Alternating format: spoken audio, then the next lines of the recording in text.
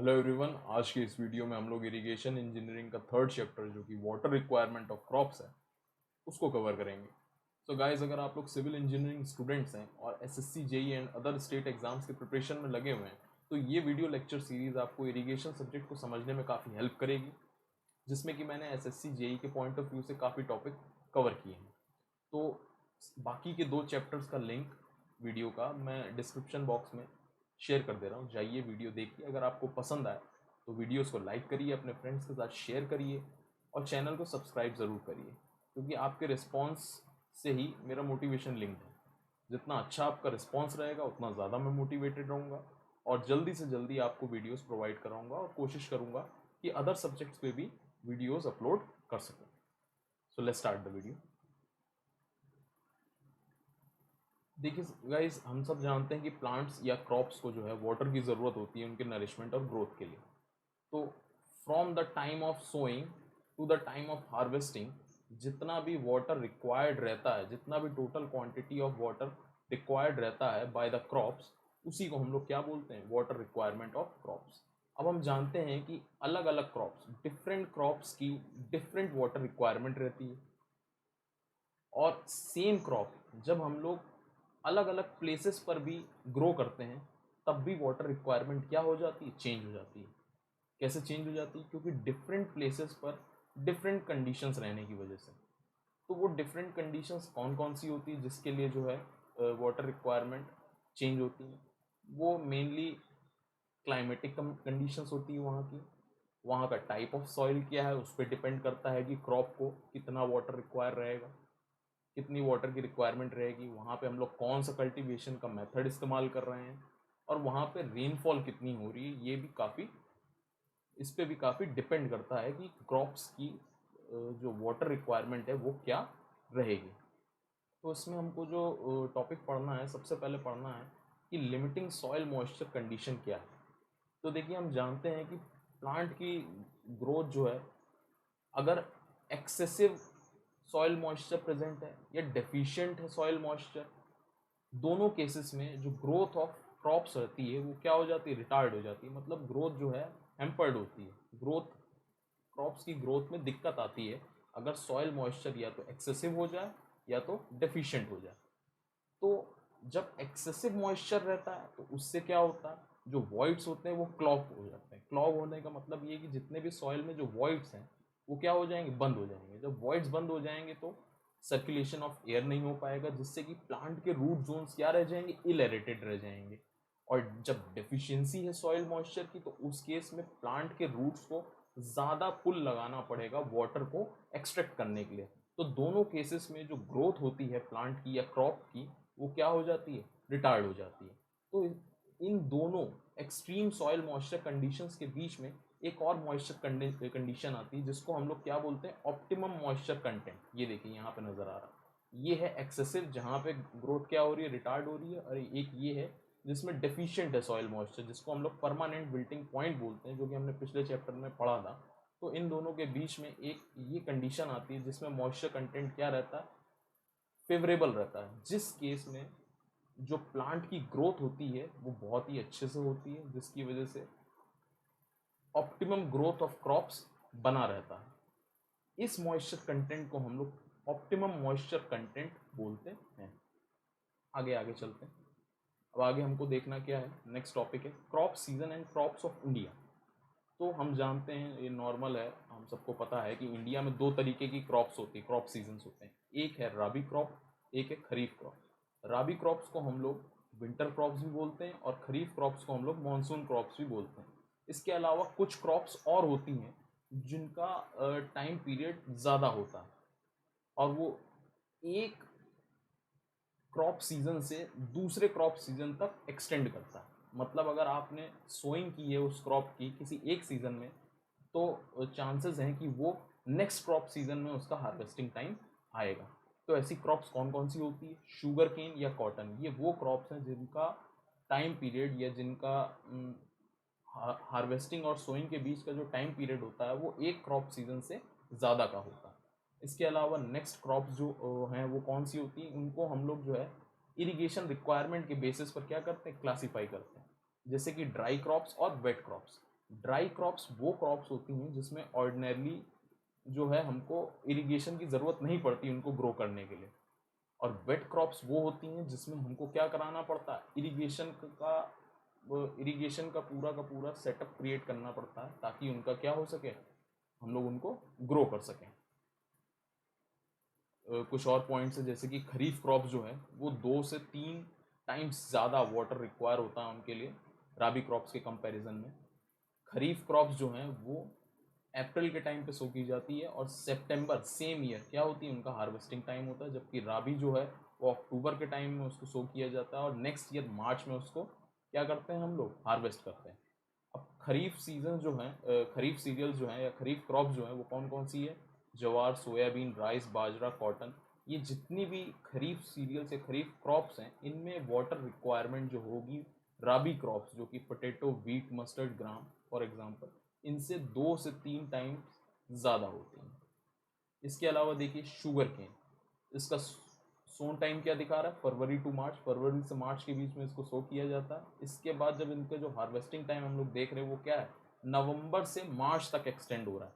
मतलब अगर हमने किसी साल फरवरी या मार्च में उसको सो किया है तो उसी साल नवंबर में या नेक्स्ट ईयर मार्च तक उसका हार्वेस्टिंग टाइम इंक्रीज कर जाता है, एक्सटेंड कर जाता है। तो देखिए क्या हो रहा है कि ये एक क्रॉप सीजन से दूसरे क्रॉप सीजन तक इसका जो टाइम पीरियड है बढ़ जा रहा है।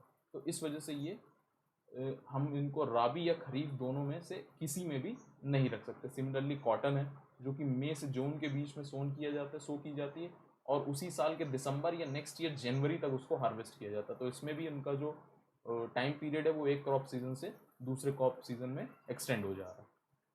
वो सीज़न जो कि मार्च से जून के बीच में होता है उसको हम लोग जैद बोलते हैं और इस टाइम के बीच में जितना भी क्रॉप्स को हम लोग ग्रो करते हैं उनको हम लोग जैद क्रॉप्स बोलते हैं।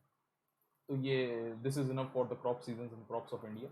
इतना इन्फॉर्मेशन काफ़ी है, इसी से आपको मोस्टली जो है क्वेश्चंस मिल जाएंगे। इसके बाद नेक्स्ट टॉपिक पे आते हैं हम लोग। नेक्स्ट टॉपिक है, बहुत बेसिक टॉपिक है, क्रॉप पीरियड और बेस पीरियड क्या होता है। तो देखिए क्रॉप पीरियड क्या है यहाँ से समझिए। हम जानते हैं कि सबसे पहले जो है सोइंग करने से पहले हमको लैंड को प्रिपेयर करना पड़ता है। लैंड को प्रिपेयर करने के लिए हम लोग एक जो फर्स्ट वाटरिंग करते हैं वो सोइंग से पहले करते हैं। तो सोइंग से पहले हमने की जो वाटरिंग उसको हम लोग क्या बोलेंगे, फर्स्ट वाटरिंग। और जो हार्वेस्टिंग से टाइम से जस्ट पहले की गई वाटरिंग होती है उसको हम लोग लास्ट वाटरिंग बोलेंगे। तो वो टाइम पीरियड जिसमें कि हम लोग सोइंग से लेकर हार्वेस्टिंग को कंसीडर करें उस टाइम पीरियड को हम लोग क्या बोलते हैं, क्रॉप पीरियड बोलते हैं। The total time between the sowing of crop and its harvesting is called crop period. देखिए सोइंग से हार्वेस्टिंग के बीच का जो टाइम पीरियड है या टोटल टाइम है उसको हम लोग क्या बोलेंगे, क्रॉप पीरियड बोलेंगे। इस पूरे टाइम पर जो क्रॉप्स होती हैं वो फील्ड पर प्रेजेंट होती हैं। दस the crop period represent the total time during which the crop remains on the in the field. इसके बाद जो टॉपिक है वो है बेस पीरियड। अब बेस पीरियड क्या है, तो मैंने आपको बताया कि सोइंग करने से पहले हमको लैंड प्रिपेयर करना पड़ता है जिसके लिए हम लोग एक वाटरिंग करते हैं जिसको हम लोग फर्स्ट वाटरिंग बोलते हैं। और हार्वेस्टिंग से जस्ट पहले की गई वाटरिंग को हम लोग क्या बोलते हैं, लास्ट वाटरिंग। तो वो टोटल टाइम जो कि फर्स्ट वाटरिंग से लास्ट वाटरिंग तक हो उसको हम लोग क्या बोलेंगे, बेस पीरियड बोलेंगे। क्या बोलेंगे, बेस पीरियड बोलेंगे। ये जो क्रॉप पीरियड होता है ये स्लाइटली बेस पीरियड से थोड़ा सा ज़्यादा होता है, लेकिन कैलकुलेशन पर्पस के लिए हम लोग क्या करते हैं, इन दोनों को सेम ही लेते हैं। दोनों क्रॉप पीरियड और बेस पीरियड को हम लोग डेज में एक्सप्रेस करते हैं। एक बार फिर से बता दे रहा हूँ, सोइंग से पहले फर्स्ट वाटरिंग होती है, हार्वेस्टिंग से पहले लास्ट वाटरिंग होती है। फर्स्ट वाटरिंग और लास्ट वाटरिंग के बीच का जो टोटल टाइम होता है उसको हम लोग बेस पीरियड बोलते हैं। और क्रॉप के सोइंग से लेकर उसके हार्वेस्टिंग तक के टोटल टाइम को हम लोग क्रॉप पीरियड बोलते हैं। क्रॉप पीरियड थोड़ा बेस पीरियड से ज़्यादा होता है, लेकिन उसका कैलकुलेशन के लिए हम लोग इन दोनों को ऑलमोस्ट इक्वल रखते हैं और इनको हम लोग डेज में एक्सप्रेस करते हैं। आगे बढ़ते हैं। आगे बढ़ने पर हमको मिलता है duty and delta of A crop.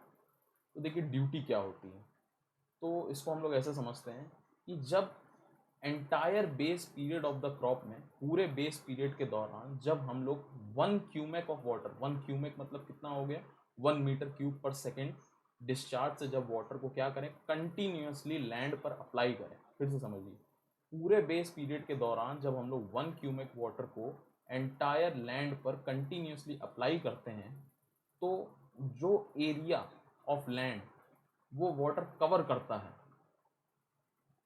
Irrigated land का जो एरिया वाटर कवर करता है, उसी को हम लोग क्या बोलते हैं, ड्यूटी। जैसे कि एग्जांपल से समझ लेंगे तो अच्छे से समझ में आएगा। जैसे कि हमने 1 क्यूमेक ऑफ वाटर को क्या किया, कंटिन्यूसली अप्लाई किया है for the entire base period. तो मान लिया उससे कितना 1000 हेक्टेयर्स ऑफ लैंड जो है इरिगेट हो रहा है, तो उस वाटर की ड्यूटी क्या हो जाएगी, 1000 हेक्टेयर पर क्यूमिक, मतलब 1000 हेक्टेयर पर क्यूमिक। तो एक क्यूमिक पानी को जब हम लोग कंटिन्यूसली पूरे बेस पीरियड के दौरान लैंड पर अप्लाई करते हैं, तो जितना लैंड इरिगेट हो रहा है वही क्या हो जाता है, ड्यूटी ऑफ वाटर, जो कि हेक्टेयर पर क्यूमिक में हम लोग यहाँ पे दिखा रहे हैं।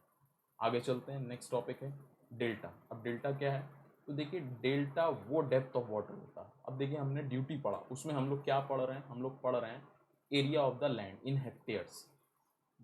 डेल्टा जो है वो एक्चुअली में वो डेप्थ ऑफ वाटर होता है जो कि अलग अलग वाटरिंग्स के दौरान हम लोग अप्लाई करते हैं। जैसे हम जानते हैं कि पूरे क्रॉप्स में सोइंग से लेकर हार्वेस्टिंग तक हम लोग क्या करते हैं, कई बार वाटरिंग करते हैं क्रॉप की। तो जितना भी वाटरिंग हो रही है उसमें जो टोटल डेप्थ ऑफ वाटर है, मतलब यहाँ पे वाटर को हम लोग डेप्थ के फॉर्म में एक्सप्रेस कर रहे हैं, तो उसकी यूनिट क्या हो जाएगी, सेंटीमीटर या मीटर। देखिए वॉल्यूम के फॉर्म में एक्सप्रेस कर सकते हैं, बट यहाँ पे हम लोग किसके फॉर्म में एक्सप्रेस कर रहे हैं, डेप्थ के फॉर्म में। क्योंकि एरिया ऑफ लैंड तो हमको मालूम ही होगा, तो हम लोग वाटर को किसके फॉर्म में एक्सप्रेस कर रहे हैं, डेप्थ के फॉर्म में, जिसको एक्सप्रेस हम लोग सेंटीमीटर या मीटर से करेंगे। तो वो टोटल डेप्थ ऑफ वाटर जो कि लैंड को इरिगेट करने के लिए अप्लाई किया गया है डिफरेंट वाटरिंग्स के दौरान through out the entire base period, पूरे बेस पीरियड में जितना भी टोटल डेप्थ ऑफ वाटर हमने अप्लाई किया है ड्यूरिंग अप्लाई किया है ओवर एन इरिगेटेड लैंड, उसी को हम लोग क्या बोलते हैं, डेल्टा बोलते हैं। और इसको हम लोग इस साइन से डेल्टा से रिप्रेजेंट करते हैं। और इसका फॉर्मूला क्या हो जाएगा, delta of for any crop, total quantity of water in hectare meter. देखिए मैंने बताया आपको कि जितना भी वाटर हेक्टेयर मीटर्स के टर्म्स में हमने क्रॉप को रिक्वायर्ड था divided by area of the land कर देंगे तो हमको क्या मिल जाएगा, डेल्टा मिल जाएगा। डेल्टा क्या होगा, डेप्थ ऑफ वाटर। आगे चलते हैं, अब इसी डेल्टा और ड्यूटी के बीच में हमको क्या पढ़ना है, रिलेशन पढ़ना है। तो देखिए जैसे कि हमने क्या मान लिया कि डी जो है एरिया ऑफ लैंड है जो कि हमने क्या किया है, इरिगेट किया है, और डेल्टा है डेप्थ ऑफ वाटर जो कि हम लोग अप्लाई कर रहे हैं लैंड पे ड्यूरिंग इरिगेशन। ठीक है, तो जो वॉल्यूम ऑफ वाटर अप्लाइड होगा वो क्या हो जाएगा, वॉल्यूम ऑफ वाटर अप्लाइड वो क्या हो जाएगा, d इंटू डेल्टा। अब देखिए d जो था वो किस में था, मैंने आपको बताया था एरिया ऑफ लैंड, यहाँ पे हम लोग क्या लेते हैं, हेक्टेयर्स में लेते हैं। तो ये जो हमको मिलेगा किस में मिलेगा, हेक्टेयर मीटर में मिलेगा। इसको हम लोग कन्वर्ट कर देंगे मीटर क्यूब में, जिसमें कि हम लोग क्या करेंगे, d इंटू डेल्टा इंटू 10⁴ का मल्टीपल कर देंगे, तो हेक्टेयर जो है वो मीटर स्क्वायर में चेंज हो जाएगा, और मीटर स्क्वायर इंटू मीटर कितना हो जाएगा, मीटर क्यूब। तो इतना वॉल्यूम ऑफ वाटर अप्लाई हुआ। अब दूसरे ड्यूटी की डेफिनेशन से समझिए, ड्यूटी की डेफिनेशन क्या थी, वो एरिया ऑफ लैंड जो कि 1 क्यूमेक ऑफ वाटर से इरिगेट हो रहा है during the entire base period. तो बेस पीरियड हमने क्या मान लिया, बी। क्या मान लिया, बी। बी हो गया आपका एंटायर बेस पीरियड। अब यहाँ पे जो वॉल्यूम ऑफ वाटर आएगा वो क्या आएगा, देखिए क्या हो जाएगा, वो जितना भी आपका वाटर है जो कि आप अप्लाई कर रहे हो, जो कि कितना है 1 क्यूमेक, कितना 1 क्यूमेक, तो 1 मीटर क्यूब पर सेकेंड। अब इसको क्या करेंगे, बेस पीरियड जो कि किस में एक्सप्रेस किया जाता है, डेज में, उससे मल्टीप्लाई कर देंगे। तो देखिए हमको क्या मीटर क्यूब में मिलेगा, बट यहाँ पे जो बी है वो डेज में है, तो इसको हम लोग सेकेंड्स में कन्वर्ट करेंगे। तो क्या करेंगे, multiply by 24 multiply by 60 into 60। एक दिन में 24 घंटे होते हैं, फिर 60 मिनट और 60 सेकंड से जब मल्टीप्लाई कर देंगे तो हमको ये जो वैल्यू मिलेगी वो मिलेगी 8.64 इंटू 10⁴ बी मीटर क्यूब। अब दोनों के दोनों क्या है, वॉल्यूम ऑफ वाटर अप्लाइड है, तो दोनों को हम लोग इक्वल कर सकते हैं। तो एक तो हमको ये मिली वैल्यू, एक मिली हमको ये वैल्यू, इन दोनों को जब हम लोग इक्वल कर देंगे तो d into delta into 10⁴ is equals to 8.64 into 10⁴ b। तो यहाँ से हमको 10⁴ कैंसिल हो गया, तो हमको यहाँ से ड्यूटी का फॉर्मूला क्या मिल जाएगा, 8.64 b अपॉन डेल्टा। ये हमारा हो गया क्या, required relation between duty and delta. इसी को हम लोग इस्तेमाल करेंगे न्यूमेरिकल सॉल्व करने के लिए। आगे चलते हैं। नेक्स्ट में देखिए हमको पढ़ना क्या है, वो फैक्टर्स जो कि ड्यूटी को अफेक्ट करते हैं। तो कौन कौन से फैक्टर्स हैं। सबसे पहला फैक्टर है टाइप ऑफ क्रॉप, किस टाइप का क्रॉप जो है हम लोग ग्रो कर रहे हैं। तो अलग अलग क्रॉप के लिए अलग अलग ड्यूटी होती है। कुछ क्रॉप्स ऐसी होती है जिनकी जो है वाटर रिक्वायरमेंट ज़्यादा होती है, वो लार्ज क्वांटिटी ऑफ वाटर को इस्तेमाल करते हैं। कुछ ऐसी होती हैं जिनकी रिक्वायरमेंट कम होती हैं। तो वो क्रॉप जिनकी रिक्वायरमेंट क्या है, ज़्यादा है, जो लार्ज क्वांटिटी ऑफ वाटर को इस्तेमाल कर रही हैं, उस केस में ड्यूटी जो हो जाएगी वो क्या हो जाएगी, कम हो जाएगी। क्योंकि मान लीजिए जैसे ऐसे समझिए, अब एक क्रॉप है जिसकी जो वाटर रिक्वायरमेंट है वो हायर है, और एक की क्या है, लोअर है वाटर रिक्वायरमेंट। ये क्या है, वाटर रिक्वायरमेंट की बात कर रहा हूँ। तो जिसकी हायर है वाटर रिक्वायरमेंट, उसमें क्या हो जाएगा, पानी ज़्यादा इस्तेमाल होगा, तो कम एरिया जो है कवर हो पाएगा वाटर द्वारा। तो यहाँ पे जो ड्यूटी हो जाएगी वो क्या हो जाएगी, लोअर हो जाएगी। क्या हो जाएगी, लोअर हो जाएगी, क्योंकि वाटर जो है क्रॉप्स ज़्यादा इस्तेमाल कर रहे हैं। और जब जो वाटर रिक्वायरमेंट है वो लो है क्रॉप की, तो उस केस में जो ड्यूटी हो जाएगी वो क्या हो जाएगी, हायर हो जाएगी, क्योंकि वाटर ज़्यादा स्प्रेड करेगा। ठीक है, ये पॉइंट आपको क्लियर हो गया होगा। अब आइए नेक्स्ट पॉइंट पे चलते हैं। नेक्स्ट पॉइंट क्या है, नेक्स्ट फैक्टर क्या है, नेक्स्ट फैक्टर है क्लाइमेटिक कंडीशंस ऑफ एरिया।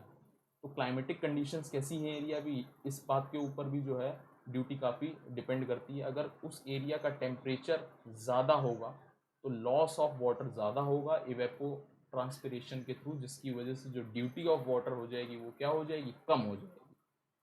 अगर वहाँ की उस लैंड की विंड वेलोसिटी ज़्यादा है वहाँ पे, तब भी ड्यूटी क्या हो जाएगी, कम हो जाएगी। ये आप अच्छे से समझ लीजिए, क्योंकि ये क्वेश्चन जो है कई बार पूछ लिए जाते हैं। अगर उस वहाँ की एरिया की ह्यूमिडिटी ज़्यादा है, तो जब ह्यूमिडिटी ज़्यादा होगी तो उस केस में लॉस ऑफ वाटर क्या होगा, कम होगा, क्योंकि एनवायरनमेंट में पहले से मॉइस्चर ज़्यादा है। तो लॉस ऑफ वाटर क्या हो जाता है, कम हो जाता है, जिसकी वजह से ड्यूटी ऑफ वाटर इंक्रीज हो जाती है। अगर उस एरिया में रेनफॉल जो है अच्छा कंट्रीब्यूशन कर रही है, मतलब वहाँ पे रेनफॉल अच्छी हो रही है, तो वाटर जो है, जो क्रॉप्स को मिल रहा है वो रेनफॉल से ही अच्छा खासा मिल जाएगा। तो उसकी वजह से हमको कम इरिगेशन करना पड़ेगा, मतलब जो हमारी ड्यूटी होगी वाटर की वो इंक्रीज हो जाएगी। इसके बाद थर्ड फैक्टर है मेथड ऑफ इरिगेशन। तो देखिए मैंने आपको पिछले सेकेंड लेक्चर में बताया था टाइप मेथड्स ऑफ इरिगेशन। उसमें एक मेथड आता था क्या, फरो मेथड, जिसमें कि हम लोग क्या करते थे, जिसमें कि हम लोग क्या करते थे, उसमें हम लोग देखते थे कि फरो मेथड हमने पढ़ा था, जिसमें हम लोग फरोज या नैरो चैनल कंस्ट्रक्ट कर देते हैं, जिसमें हम लोग पानी को जो है फ्लो कराते हैं, जो कि सॉइल के थ्रू सीप करके क्रॉप्स को मिल जाता है। तो फरो मेथड में जो ड्यूटी होती है वो हायर होती है comparison to other flooding methods. इसके बाद जो सरफेस इरिगेशन मेथड्स होते हैं उनमें ड्यूटी कम होती है। सब सरफेस इरिगेशन मेथड जैसे कि स्प्रिंकलर या डिप इरिगेशन मेथड, इनकी ड्यूटी ज़्यादा होती है, क्योंकि इसमें हम लोग डायरेक्टली प्लांट के रूट्स में वाटर को अप्लाई करते हैं, तो लॉस ऑफ वाटर क्या हो जाता है, कम हो जाता है।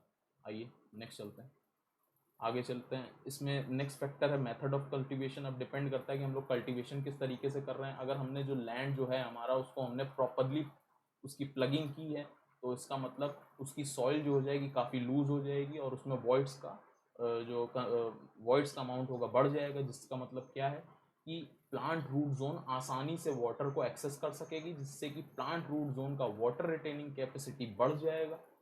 अब वाटर रिटेनिंग कैपेसिटी बढ़ जाएगा तो मतलब क्या हो गया, हमको जो है कम नंबर ऑफ वाटरिंग्स करनी पड़ेगी, क्योंकि एक ही वाटरिंग में अच्छे से पानी अप्लाई हो जा रहा है, तो हम लोगों की वो नंबर ऑफ वाटरिंग्स कम हो जाएगी, जिसकी वजह से ड्यूटी की वैल्यू बढ़ जाएगी। नेक्स्ट फैक्टर क्या है, वहाँ का सॉइल या सब सॉइल कैसा है, या वहाँ पे जो कैनाल पास कर रही है उसका नेचर कैसा है। तो अगर कैनाल अनलाइंड है तो क्या होगा, जो वाटर पास सीप करके जाता है सॉइल से, अगर वहाँ पे सॉइल जो प्रेजेंट है वो कैसी एक कोर्स ग्रेन्ड है, कैसी एक कोर्स ग्रेन्ड है, तो वॉइड्स बड़े बड़े होंगे, ज़्यादा होंगे, परमेबिलिटी पर्कुलेशन ज़्यादा होगा, तो पर्कुलेशन ज़्यादा होगा तो ड्यूटी ऑफ वाटर कम हो जाएगी। क्या हो जाएगी? कम हो जाएगी। ऑन द अदर हैंड अगर फाइन ग्रेन सॉइल प्रेजेंट है तो पर्कुलेशन कम होगा और ड्यूटी क्या हो जाएगी? बढ़ जाएगी। पर्कुलेशन से लॉसेस कम होंगे तो ड्यूटी क्या होगी? बढ़ जाएगी।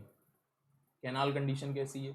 अगर अर्थन कैनाल है तो पर्कुलेशन लॉस ज़्यादा होगा। अर्थन कैनाल मतलब मिट्टी की बनी हुई है तो पर्कुलेशन लॉस ज़्यादा होगा, उसकी वजह से जो ड्यूटी ऑफ वाटर होगी वो लो हो जाएगी। लेकिन अगर कैनाल लाइंड है तो जो पर्कुलेशन लॉस है वो कम होगा और ड्यूटी ऑफ वाटर क्या हो जाएगी? इंक्रीज हो जाएगी। सेम जो क्राइटेरिया दोनों के लिए सेम है, टाइप ऑफ सॉइल के लिए और कैनाल कंडीशन के लिए। Base period of crop, in generally जो बेस पीरियड ऑफ क्रॉप होता है वो ज़्यादा लंबा अगर होता है तो ज़्यादा वाटर हमको रिक्वायर्ड होगा, तो उस केस में ड्यूटी ऑफ वाटर क्या हो जाएगी?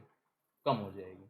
Time of irrigation and frequency of cultivation, अगर मान लीजिए जैसे कि हम जानते हैं कि हमको क्रॉप की सोइंग से पहले लैंड को प्रिपेयर करना पड़ता है, तो अगर हमने क्या किया है कि लैंड को प्रॉपरली लेवल किया है, मतलब उसमें अनड्यूलेशंस प्रेजेंट नहीं है, तो वाटर क्या होगा? अच्छे से स्प्रेड हो जाएगा, जिससे कि क्या हो जाएगा?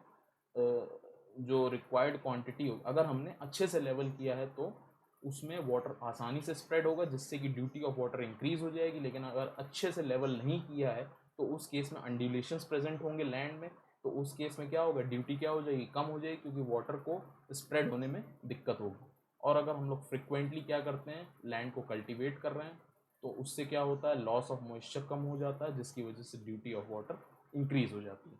तो guys that's enough for today. आज की वीडियो को हम लोग यहीं ख़त्म करते हैं। नेक्स्ट वीडियो में हम लोग इसी चैप्टर को आगे कंटिन्यू करेंगे। Thank you.